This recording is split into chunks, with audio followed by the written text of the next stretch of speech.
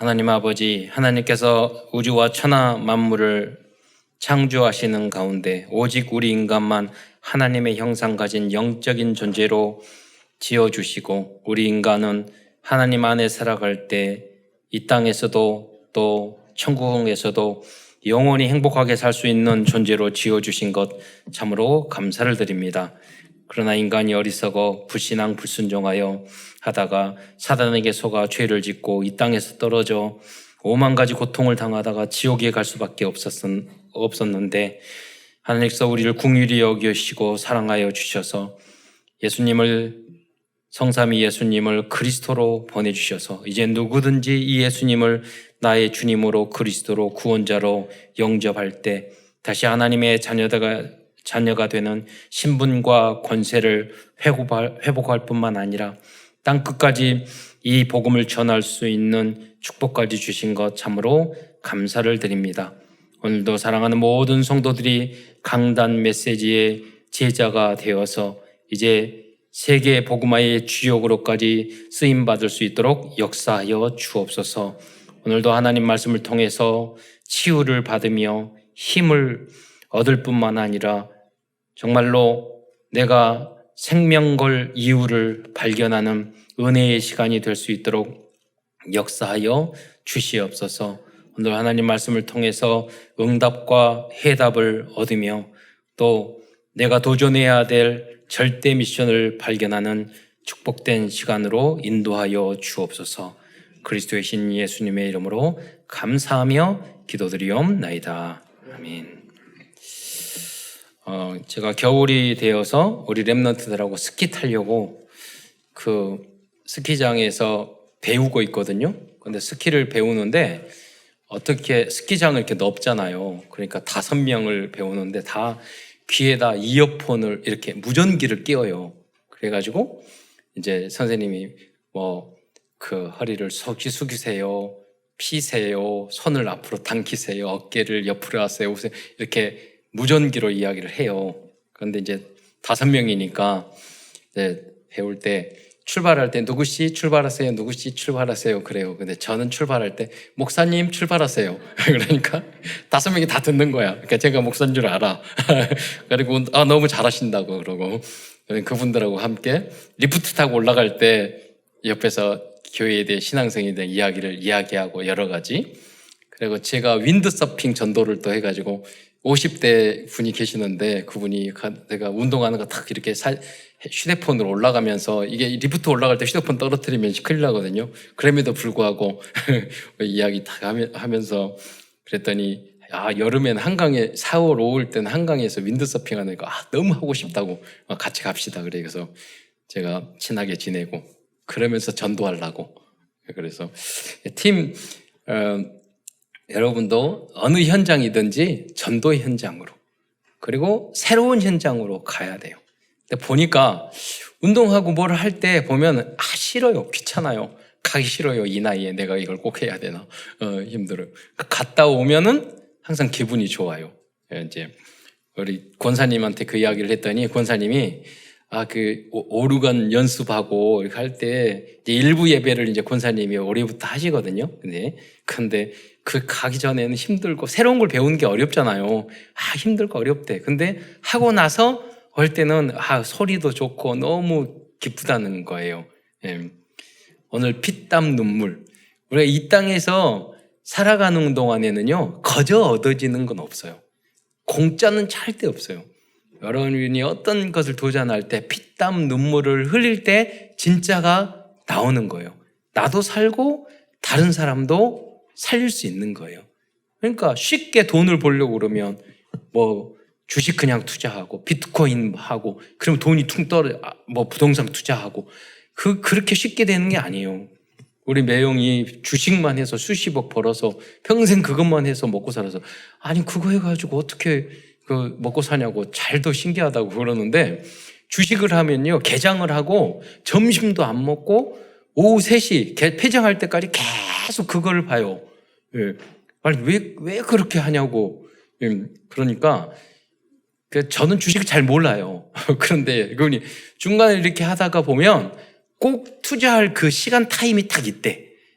그때를 하루에 뭐 한두 번 있을 수도 있고 없을 수도 있는데 그때 이렇게 해야 되니까 계속 보고 있다는 거예요.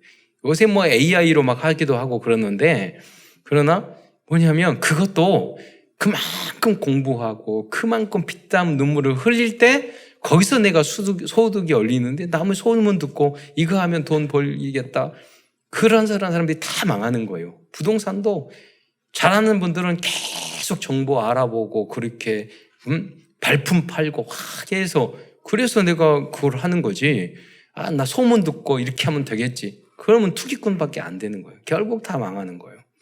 이 땅에는 여러분 공짜는 절대 없어요. 그리고 피땀 눈물을 흘리는 그 결과는 아름답고 행복한 거예요. 그게 진짜예요.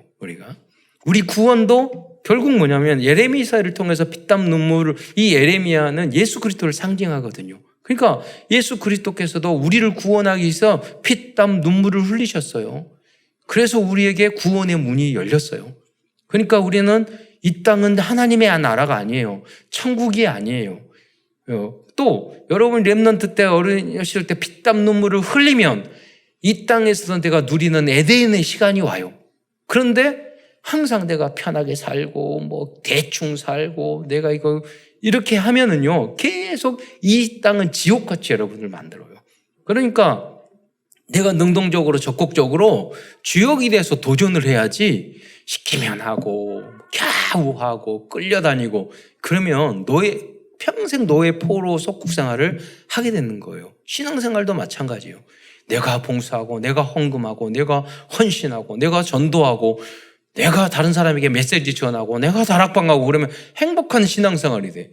나는 끌려다니고 교회에 가자, 교회에 전도해라, 뭐 이렇게 말씀 훈련 받자 계속 끌려다니면 행복한 신앙생활이 안 되는 거예요. 그래서 내가 자원하는 마음으로 도전하세요. 그리고 새로운 것에 계속 도전하고 피땀 눈물 흘리는 것을 축복으로 하세요. 여러분이 지금 헌신하고 헌금하고 이런 게요 다 시간과 노력과 피땀 눈물을 흘려서 내 생명을 돈을 그냥 드리는 게 아니에요. 어디서 도둑질을 했다면 그냥 돈을 드리는 거예요. 그러나 그게 아니라 여러분 시간과 노력과를 통해서 얻은 예물을 하나님 앞에 드리는 것은 내 피를 드리는 거예요. 내 생명을 드리는 거예요. 내 시간을 드리는 거예요. 그러니까 하나님 앞에 거룩한 산 제사가 되는 거예요. 그 헌금이 그냥 돈으로 드리는 게 아니기 때문에 그 안에는 누군가의 피땀 눈물이 있는 물질이잖아요 말이에요. 그러니까 그거를 하나님은 30배, 60배, 1000배, 만배로 이 땅과 하나님의 나라에서 갚아준단 말이에요. 이 언약을 굳게 붙잡는 여러분이 되시기를 축원드리겠습니다. 그래서 오늘은 예레미야서를 그래서 중심으로 하나님의 말씀을 증거하고자 합니다. 예레미야의 이름의 뜻은 여호와께서 세우셨다는 의미입니다. 예레미야는 20대 초반에 렘넌트 청년 시절에 하나님으로부터 선지자로 부름을 받았고 약 40년 동안 반대와 핍박을 받으며 하나님의 말씀을 전한 유다 왕국 시대의 선지자였습니다. 그런데 유다 왕국만 아니라 주변의 모든 나라에게 예언을 했어요. 237 나라를 향하여. 20세 젊은 나이였다니까요. 여러분 20세가 젊고 어리다고 생각하면 절대 안 돼요. 그 마음으로. 그 시절에 왕이 된 사람도 있고 그 시절에 지도자가 된 사람도 역사를 보면 선지자로 이렇게 세움을 받았잖아요. 항상 어린 마음으로 가지고 살면 안 돼요. 여러분 과거에 시골에 가보면은 주일학교에 선생님이 없어요. 그러니까 주일학교 교사를 누가 하느냐? 초등학교 고학년이 저학년의 선생님이야. 어떤 경우는 중학생이 주일학교 교사를 했단 말이에요. 그런 분들이 나중에 좋은 중직자, 좋은 교회를 진짜 알고 헌신하는 사람이 되고 목회자도 됐던 거예요. 그러니까 어린 마음을 항상 가지면 안 돼요. 그리고 교회가 커지면은 뭐냐면 작은 교회에서 막 봉사했던 사람이 예배만 드리고 가만히 있을 수가 있어요. 그러니까 여러분이 더 적극적으로 헌신하고 내가 봉사하고 할 수 있는 그 길을 여러분이 찾으셔야 돼요. 더히려. 안 그러면 어느 정도 규모가 있으면 돌아가기 때문에 시키지도 않아요. 예를 들어서. 그렇기 때문에 정말로 하나님의 부르심, 그리고 누가 부탁을 할 때, 여러분 적극적으로 하나님이 나를, 또 목사님이나 장로님이나 권사님이나 이렇게 여러분 이걸 해주세요. 그러면은 그것을 나는 못해요, 나는 안 해요, 시간이 없어요, 이렇게 하지 마시고 적극적으로 내가 그걸 붙잡아야 돼요. 오늘 예레미야를 통해서 말씀하신 게 그거예요. 예레미야는 하나님 말씀에 불순종하는 이스라엘 백성을 향하여 피땀 눈물을 흘리며 경고의 말씀과 복음의 말씀을 증거하였습니다. 그러나 유다 왕국의 왕들과 기성세대들은 예레미야의 경고를 무시하였고 결국은 애국과 아수르와 바벨론의 침략을 받아 강대국들의 속국 포로로 끌려가고 말았습니다. 여러분, 그래서 강단에서 여러분에게 이렇게 하지 마십시오, 이러면 안 됩니다, 신앙생활 잘 하십시오, 이렇게 그런 말을 할 때 여러분 붙잡으셔야 돼요. 그리고 성경에 나온 구약의 내용 특히 보면요, 꾸지람이나 징계가, 훈계가 많아요. 훈계를 멸시하는 자는 잠언 12장 1절에 보면 짐승과 같다고 그랬어요. 그러니까 그 메시지를 들을 때 여러분이 언약으로 붙잡고 내가 이렇게 살아야 되겠다, 계속 도전하셔야 돼요. 왜냐? 만약에 여러분이 그 말씀을 놓치면 어느 순간에 여러분과 여러분뿐만 아니라 후대들에게 재앙과 저주와 속국 포로 생활을 만들게 한단 말이에요. 그러니까 이 말씀을 듣고 그래, 내가 예루살렘 이스라엘 민족처럼 이렇게 망하면 안 되지. 그래서 그 말씀을, 경고의 말씀, 나에게 이스라엘 민족에 준 말씀이 아니라 성경을 읽으면서 나에게 준 말씀이라고 생각하면서 성경을 읽어야 된단 말이에요. 성경 안에 예레미야가 이스라엘 민족을 막 꾸지람을 하잖아요. 그럼 그 일거를 들으면서 나에게 하신 말씀이다. 그렇게 들을 때 내가 정화되고 내가 경건하게 되고 거룩하게 되고 재앙과 저주를 막고 우리 후대들에게도 축복을 줄 수 있는 영적 축복의 시조가 될 수 있는 겁니다. 그러나 이때 예레미야의 말씀을 마음에 품은 후대 렘넌트들이 있었어요. 그 대표적인 인물들이, 다른 어른들은 다 말을 안 들었는데 그 대표적인 인물이 누구냐면 1차 바벨론 침공 때 끌려간 다니엘과 세 친구예요. 다니엘과 세 친구는 어린 나이였지만은 예레미야 이야기를 막 선포했을 때 결국은 그 말씀하는 대로 나라를 다 잃어버렸어요. 그 모습을 다니엘과 사드락과 메삭과 아벳느고는 보았던 거예요. 결심을 했어요. 어린 나이에 우리 어머니 아버지가, 우리 조상들이 하나님 말씀대로 앉아서 우리 나라가 다 없어지고 다 돌아가시고 다 죽임을 당하고 우리는 포로로 끌려와서 노예됐다. 마음에 결단하고 우리는 우리 어머니 아버지처럼 조상들처럼 그렇게 살지 말자. 그렇게 해서 그 언약을, 예레미야가 말한 그 말씀을 우리는 붙잡고 우리는 실천하자. 그 한 팀이 다 살리게 된 거예요. 전도자 예레미야의 그런 헌신은 바벨론 포로 이후로도 계속해서 영향을 주었고 결국은 이스라엘이 회복되었어요. 예레미야는 너무나도 답답했을 거예요. 그 40년 동안 메시지를 할 때 아무도 안 듣는 거예요. 계속 불신한 거. 모든 왕들이 그러는 거예요. 답답해요. 그러나 그게 결국은 효과가 없었던 거 아니에요. 뭐냐? 결국은 그 다니엘과 사드락과 메삭과 아벳느고가 그 숨겨진 그 제자들 그 이야기를 듣고 그 다음에 그 실천을 하고 나라와 민족을 살렸던 겁니다. 우리들이 하나님의 소명을 받아 하나님 나라와 교회와 가정과 후대를 위해서 흘린 그 피땀 눈물은 반드시 열매를 맺게 될 줄 믿으시기 바랍니다. 그래서 오늘 큰 첫 번째에서는 이해를 돕기 위해서 먼저 예레미야 시대의 역사적인 배경과 예레미야서에 대해서 말씀드리겠습니다. 오늘은 그 연도의 순서에 따라 그 북왕국 이스라엘과 남왕국 유다의 역사를 간단하게 설명을 드리겠습니다. 왜냐하면 그럼 특히 그 후반부, 이스라엘의 후반부 역사를 보면요, 포로 전과 포로 이후의 역사를 이해하려면 예레미야의 그 상황을 잘 알아야지만이, 그 역사를 알아야지만이 그 흐름을 그 말라기까지 다 이해할 수가 있습니다. 그래서 아주 초반기에 포로 전후의 시대의 핵심적인 인물은 바로 에레미야 시대와 그 이스라엘의 역사입니다. 그래서 그 부분을 잠깐 말씀드리겠습니다. 먼저 예수님이 이렇게 BC죠. 비포 크라이스트. 예수님이 오시기 722년 전에 하나님 말씀을 불순종하다가 이미 북왕국 아수르가 멸망했어요. 이 북왕국 이스라엘이 아수르에 의해서 멸망당했어요. 그래서 포로로 다 끌려갔어요. 그러면 남왕국 이스라엘은 그 모습을 보고 하나님 말씀대로 살아야 될 거 아니에요. 그런데 계속해서 불신앙을 하는 거예요. 그 모습을, 망하는 모습을 보고도. 또 여러분이 신앙생활 안 하고 그 문제제기 이렇게 하는 사람들의 주변의 그 모습을 보고 여러분은 조심해야 돼요. 내 아버지가 알코올 중독으로 고통을 당한다. 다 망했다. 보면서 나는 그러면 안 되는 거예요. 도박을 했다. 저러면 살면 안 되는구나. 내가 막 차를 세게 몰다가 교통사고 계속 난다. 그러다가 내가 조심해야지. 하다못해 누구에게 돈 빌려주고 막 그러다가 이래야 안 되면 그거 조심해야지.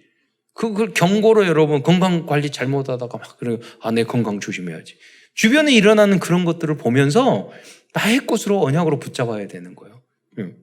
남의 일이라고 생각하면 안 돼요. 그런데 그로 약 100년 후인 BC 627년에 예레미야는 어린 청년의 나이에 하나님으로부터 선지자의 소명을 받았습니다.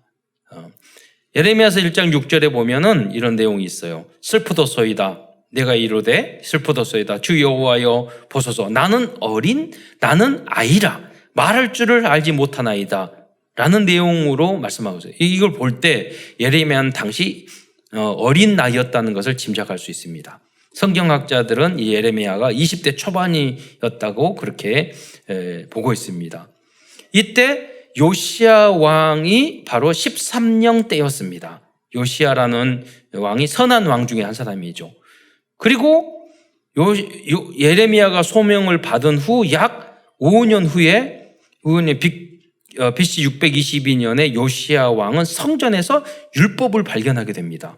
그 후 1년 후에 요시야 왕은 전 나라의 종교개혁을 실시하게 된 겁니다. 오랫동안 하나님 말씀이 묻혀 있었어요.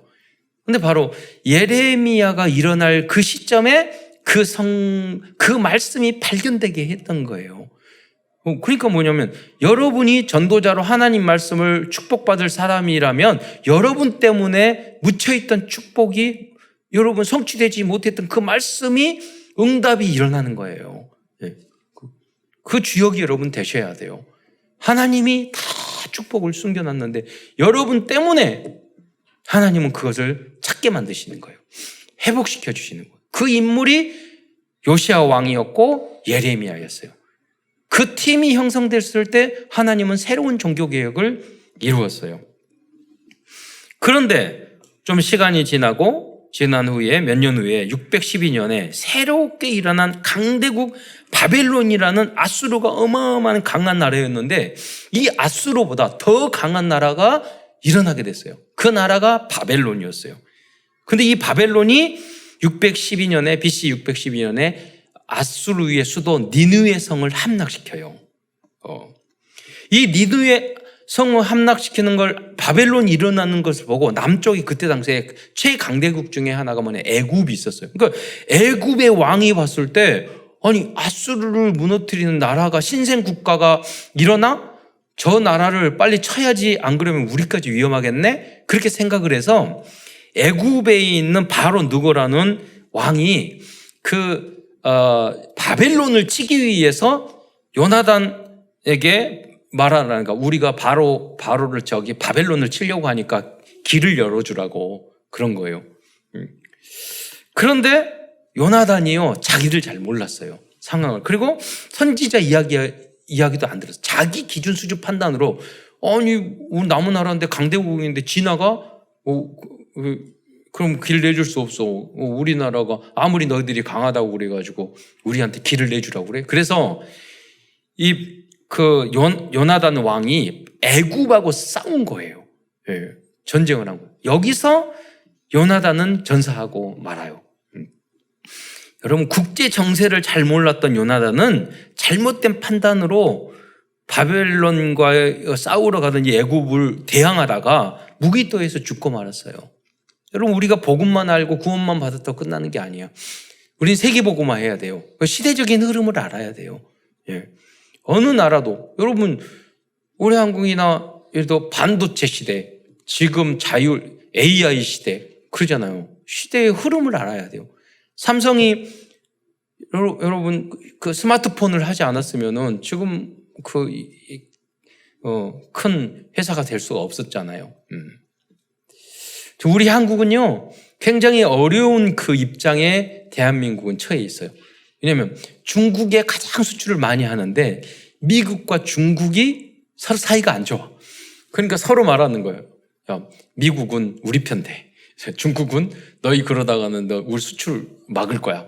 이렇게 하는 거예요. 그 입장이 애매해요. 우리 한국은 수천 년 동안 대한민국은 그렇게 살아왔어요. 그런데 대한민국이요, 그때마다 줄을 잘 탔어요. 몽골 시대도. 명나라, 한나라 다 해도 잘 섬기면서. 그래서 한 번도 제대로 정복을 하지를 못했어요, 중국이. 지금도 그런 것들을 잘 타고. 그러니까 여러분, 지도자들은 그런 부분 알아야 돼요. 나의 분수를 알아야 돼. 약하면서도. 그러니까 여러분, 그 나라가 어떠냐면 스위스라는 나라가 2차 대전 때 히틀러가 스위스를 못 쳐들어갔어요. 왜 그러느냐? 스위스는 주변이 너무 강하니까 자기의 힘을 강하게 만들었어요. 그리고 어디에도 휘말리지 않아. 그래서 영세 중립국이 됐어요. 중국립국. 우리는 건드리지 않아. 우리는 누구 편도 안 돼. 왜냐면 우리 편 안 된다고 여기서 때리고 여기만 때리고. 지금 우크라이나도 그러잖아요. 러시아가 말하고 우리 편인데 우리 편 안 된다고 때리잖아요. 왜 그러냐? 우크라이나가 약하니까 그래요. 그러니까 스위스는 지금도 집집마다 총을 다 가지고 있어요. 그러니까 총기 사고 안 나. 우리는 약하니까 국민이 다 하나 똘똘 뭉쳐 하나가 된 거예요. 주변에 강대국이 많으니까 만약에 우리를 건드리면 온 국민이 하나가 돼서 너희하고 싸울 거야. 다 죽을 때까지. 그런 마음의 각오가 있는 줄 아는 거예요. 건드리지를 못하는 거예요. 그러니까 원리스 되는 게 굉장히 중요한 것입니다. 그건 어느 조직도, 교회도, 우리 교단도 다 마찬가지예요. 우리 나라도 마찬가지예요. 하나 되는 게, 원리스 되는 게 중요하다는 거예요. 자, 어쨌든 간에 이 요나단은 복음은 있었는데 국제 정세, 세계화되지 못했어. 그래서 죽고 말았어요. 그래서 이후로 요나단의 이제 대를 이어서 여호와김이라는 왕이 이제 대를 이어서 이제 그 남유다의 왕이 됐는데, 이때부터는 뭐냐면 애굽에 의해서 왕이 정복을 당했잖아요. 속국이 돼버린 거예요. 그러니까 여호와김 왕은 애굽의 이야기를 조공을 바치면서 그 이야기를 계속 순종해 있어야 되는 거예요. 그게 너무나도 힘들고, 그러니까 힘들고 어려운 상황이었죠. 그런데 그 후로 이렇게 속국이 되는 상황에서 어떤 상황이 벌어졌냐면, 그 605년도에 애굽하고 바벨론하고 다시 큰 전쟁을 일으켜요. 그게 605년도에 갈그미스라는 전투였는데, 그 전투에서 애굽이 대파하게 돼요. 그 후로 이 이집트는요, 지금까지도 힘이 없는 나라로 지금까지 있어요. 그때 2600년 전에 그 전쟁에서 대패한 후로 계속 로마에 속국되고 계속 소국으로. 제가 이집트에 가서 이제 피라미드 가봤거든요. 근데 3000년 전하고 비슷하게 살아. 그 후로 다 멸망한 거예요. 박물관이 돼버린 거예요. 이게 바로 결정적인 갈그미스 전투예요. 그런데 이렇게 쇠락해 졌는데도 불구하고 이 여호와김도 눈치를 채지 못하고 그래서 바벨론이 일어나고 있는데 뒤로 또 애굽하고 601년에 동맹을 맺어요. 이 모습을 보고 다시 바로 이제 605년에 침공을 해가지고 그때 포로로 끌고 간 인물이 바로 다니엘과 사드락과 메삭과 아벳느고예요. 갈그미스 전투하면서 그때 1차 침공을 하게 돼요. 끌고 가요. 그건 이제는 애굽의 속국에서 바벨론의 속국이 된 거죠. 그런데 또 그 이 여호와김 왕도 이미 쇠락의 길을 걸어가고 있는 애굽과 동맹을 또 몰래 맺어요. 이것을 이제 바벨론이 알게 된 거예요. 그래서 다시 2차 침공을 하게 돼요. 그래서 여호와김 왕을 죽이고 여호와김 왕이 됐는데 3개월 만에 폐위시키고 그 다음에 바벨론에서 꼭두각시 왕을 세우는데 그 왕이 시드기야 왕. 그러니까 이스라엘의 마지막 20대 왕이 시드기야 왕입니다. 그런데 이 시드기야 왕 또한 또 바벨론에게 무식하게 또 도전을 하다가 또 이제 바벨론이 3차 침공을 하게 됩니다. 이때 예루살렘은 586년도에 바벨론이 3차 침공을 하게 되고 이때 예루살렘 성전이 있잖아요. 성전도 완전히 파괴시키고 유다 왕 마지막 왕 이 시드기야 왕을 두 눈을 뽑아서 바벨론으로 끌고 가서 평생 감옥 생활을 하게 만드는 거예요. 이때 예레미야는 이 모든 사건을 유다 왕국이 망하는 사건을 목격하고 예루살렘으로 이렇게 애굽으로 피신을 하게 됩니다. 속자는 포로로 애굽을 끌고 갔다 하는 말도 있고 그냥 갔다는 이야기도 있어요. 직접. 그래서 예레미야는 마지막까지 40년 동안 말씀을 안 듣고 결국은 바벨론에게 망하는 이 모습을 목격하게 된 거였죠. 예레미야서 마지막 장인 52장에는 유다의 마지막 왕인 시드기야 왕이 바벨론으로 끌려간 그 시드기야 왕과 바벨론으로 끌려간 여호와긴 왕에 대한 기록으로 마치고 있습니다. 같이 한번 읽어보도록 하겠습니다. 예레미야서 52장 10절로 11절 이거는 시드기야 왕에 대한 이제 마지막 왕에 대한 이야기입니다. 한번 읽겠습니다. 시작. 바벨론 왕이 시드기야의 아들들을 그의 눈앞에서 죽이고 또 리블라에서 유다의 모든 고관을 죽이며 시드기야의 두 눈을 빼고 놋사슬로 그를 결박하여 바벨론 왕이 그를 바벨론으로 끌고 가서 그가 죽는 날까지 옥에 가두었더라. 다음으로 예레미야서 52장 31절로 34절의 내용은 여호와긴 왕이 감옥생활 평생 하다가 풀려나는 그런 장면을 이제 기록하고 있습니다. 한번 읽어보겠습니다. 52장 31절로 34절입니다. 시작.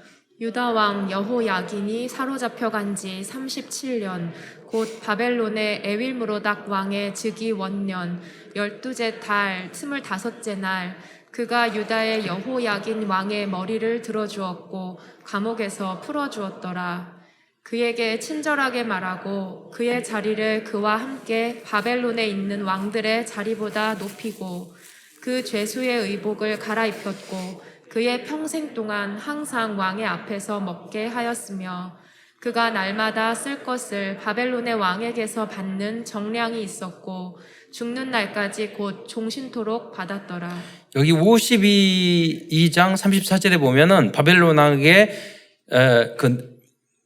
그 여호와긴 왕이 정량 무엇인가 음식이나 밥이나 이런 것들을 죽는까지 종신토록 날마다 쓸 것을 죽는 날까지 종신 받았다고 그랬잖아요. 이 기록의 토판이 이라크에서 발견이 됐어요. 사진 한번 볼까요? 여기에 보면 아카드어로 기록되어 있는데 여기 안에 여호와긴 왕이 매일같이 필요한 것을 주었다는 그 기록이 남아 있어요. 그러니까 성경은 역사적 사실이라는 것들을 좀 증명해 주고 있는 겁니다. 그런데 이 시기는 다니엘이 바벨론의 총리였던 시기였기 때문에 다니엘의 도움을 받았을 것입니다. 결국 이스라엘 민족은 많은 불신앙과 잘못으로 속국생활, 포로생활을 하였지만 하나님께서는 예레미야와 후대들의 기도를 들으시고 모든 것을 회복시켜 주셨습니다. 하나님께서는 복음 가진 언약의 백성을 결코 버리지 않습니다. 큰 두 번째에서는 예레미야서를 통해 우리들에게 주신 영적인 교훈과 복음에 대해서 알아보고자 합니다. 첫째, 우리는 우리 자신이 비록 무능하고 부족하고 연약해도 하나님이 주신 일들과 천명사명을 거부하면 안 됩니다. 왜냐하면 하나님은 WIO, 즉 위드 임마누엘 원리스로 우리들을 도와주실 것이기 때문입니다. 여러분이 부족하면 하나님 능력을 주실 거예요. 여러분이 없으면 팀을 붙여주실 거예요.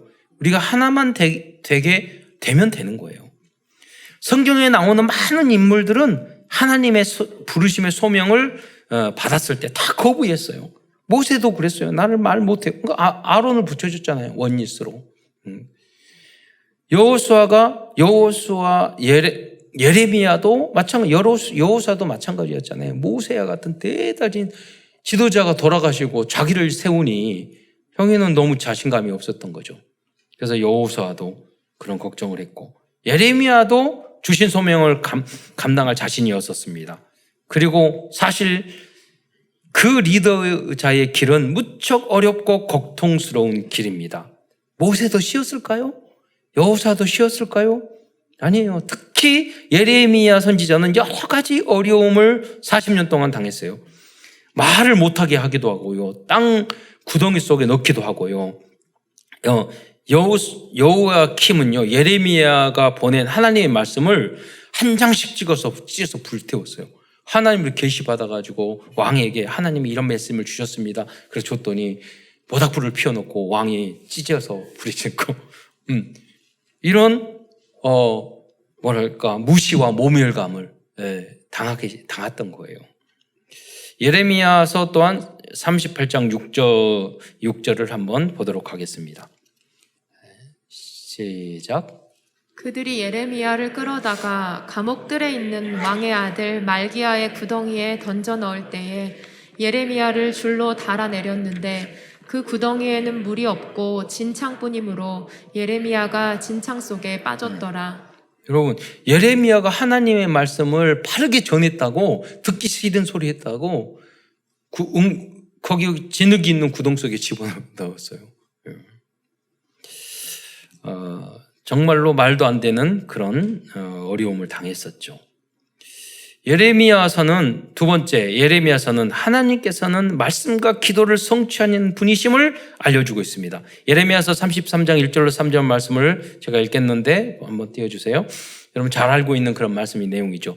예레미야가 아직 시위대 뜰에 갇혔을 때 또 여기도 가둬놨다니까요. 시대의 뜰에. 여호와의 말씀이 그에게 두 번째로 임하여 이르시되 이를 행하시는 여호와 그것들을 만들어 성취하는 여호와 그 이름을 여호라 하는 이가 이와 같이 이르시되 내게 부르짖으라 내가 내게 응답하겠고 내가 알지 못하는 크고 은밀한 일을 내게 보이리라. 그래서 하나님께서는 말씀을 주시고 성취하시는 분이심을 믿으시기 바랍니다. 그리고 사실 우리들에게 부르짖을 수밖에 없는 상황을 주신 것도 축복입니다.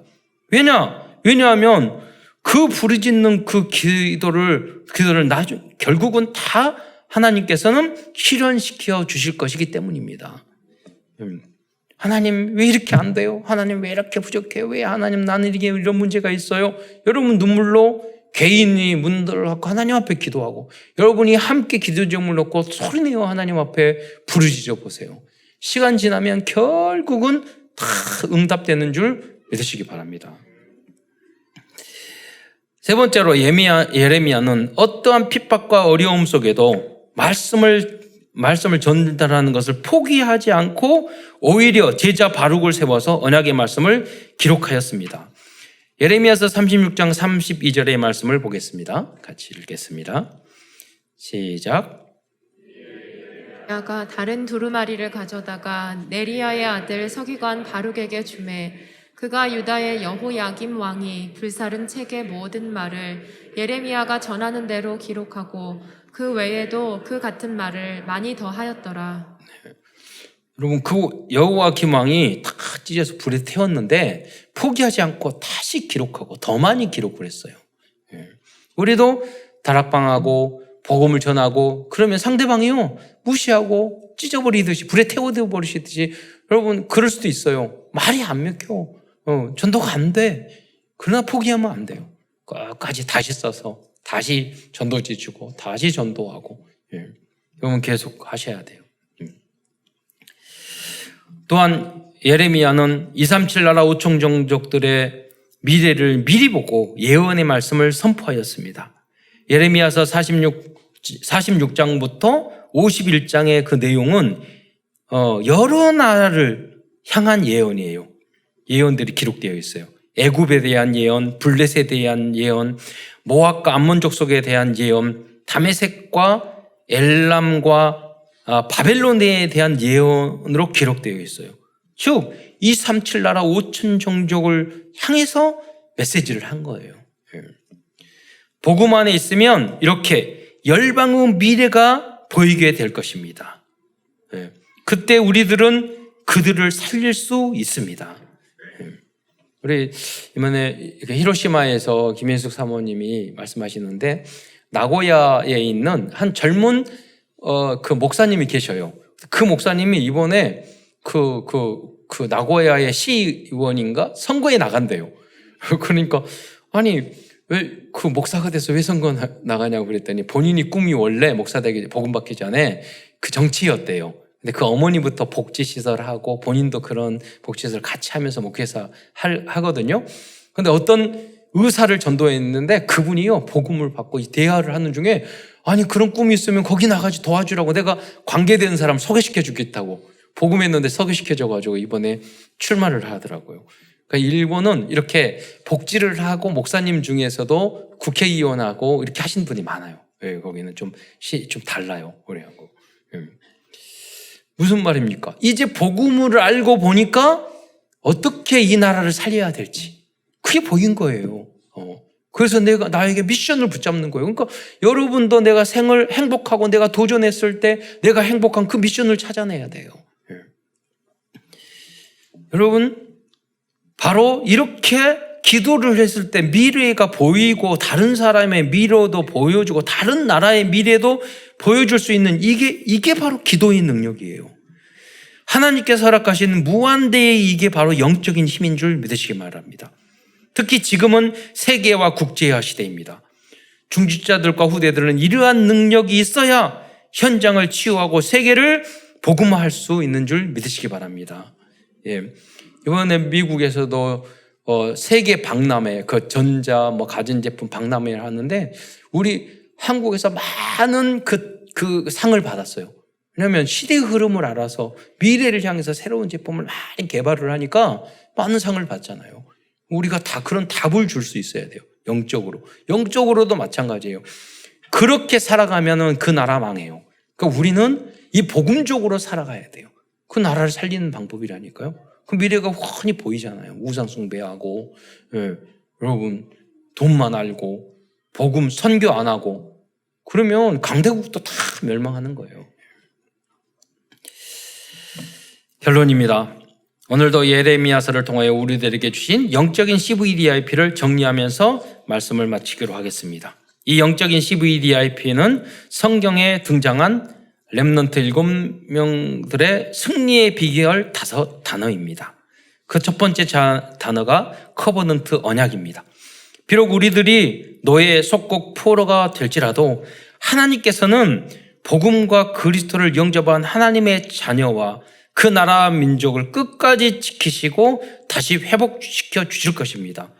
여러분 개인도 마찬가지요. 내가 포로 같고 속국다고 뭐가 안 되는 것 같고 그럴지라도 하나님은 여러분을 결코 포기하지 않으세요. 하나님 여러분을 붙잡고 여러분을 만들어 가셔요. 이 하나님은 메시지를 그리고 언약의 메시지만 있으면 되는 거예요. 기도만 하면 되는 거예요. 두 번째로 하나님이 주신 비전입니다. 우리의 비전은 237 나라 5천 종족들에게 하나님의 참된 언약과 복음을 전달하는 것입니다. 그 하나님의 언약대로 말씀대로 살아갈 때 그 나라와 민족이 축복받을 수 있습니다. 드림 꿈입니다. 만약 우리들이 예레미야처럼 24시간 전도와 선교와 나라와 민족과 후대를 위하여 피, 땀, 눈물로 기도한다면 하나님께서는 우리들의 모든 꿈을 이루어 주실 것입니다. 여러분이 그 마음이 있어야 돼요.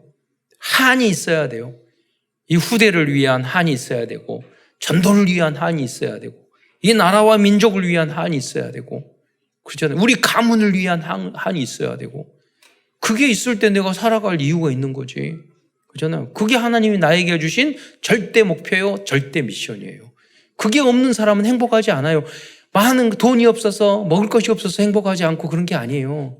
내가 살아야 될 절대 미션, 피땀 눈물을 위해서 도전했는데도 너무 행복한 그 나의 현장이 있어야 되는 거예요. 우리는 기도해야 돼요. 우리 렘넌트들이 다 생명을 걸고 도전할 그 현장을 발견할 수 있도록, 그 소명을 하나님으로부터 받을 수 있도록 우리는 기도해야 되는 거예요. 이미지입니다. 네 번째로, 우리들은 하나님의 형상과 생기와 에덴의 축복을 약속받은 하나님의 자녀입니다. 하나님의 뜻을 위하여 조금만 집중한다면 환상과 미래가 생생히 보이게 될 것입니다. 우리 마귀가 주는 염려, 근심, 걱정, 여길 생각하지 마세요. 우리는 올인할 것에 올인해야 돼요. 그 생생히 그려져야 돼요. 우리는 헌당을 위해서 올인해야 돼요. 그렇지? 그렇잖아요. 렘넌트 후대를 위해서 올인해야 돼요. 그렇잖아요. RUTC를 위해서 올인해야 돼요. 예. 세계복음화를 위해서 올인해야 돼요. 산업성교를 위해서 올인해야 돼요. 예. 여러분, 어느 교회, 큰 교회 갔더니 새벽기도 나왔다는 다른 교인들이 50억 헌금해가지고 헌금했다고 하잖아요. 계약했다잖아요. 예. 여러분, 우리 하나님의 은혜로 100억 빚졌는데 10몇 년 만에 50억 빚 갚았어요.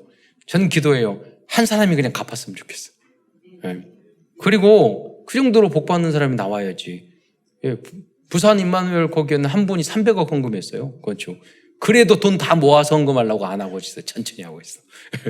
다 응답받고, 하고, 다른 교회는 다 빚져쓰면서 하라고 그래서 임선은 절대로 빚 안 져요.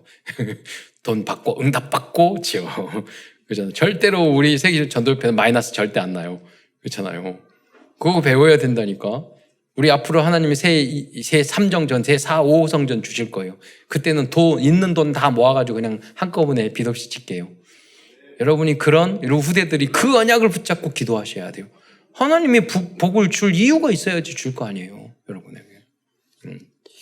그게 생생히 그려져야 돼요.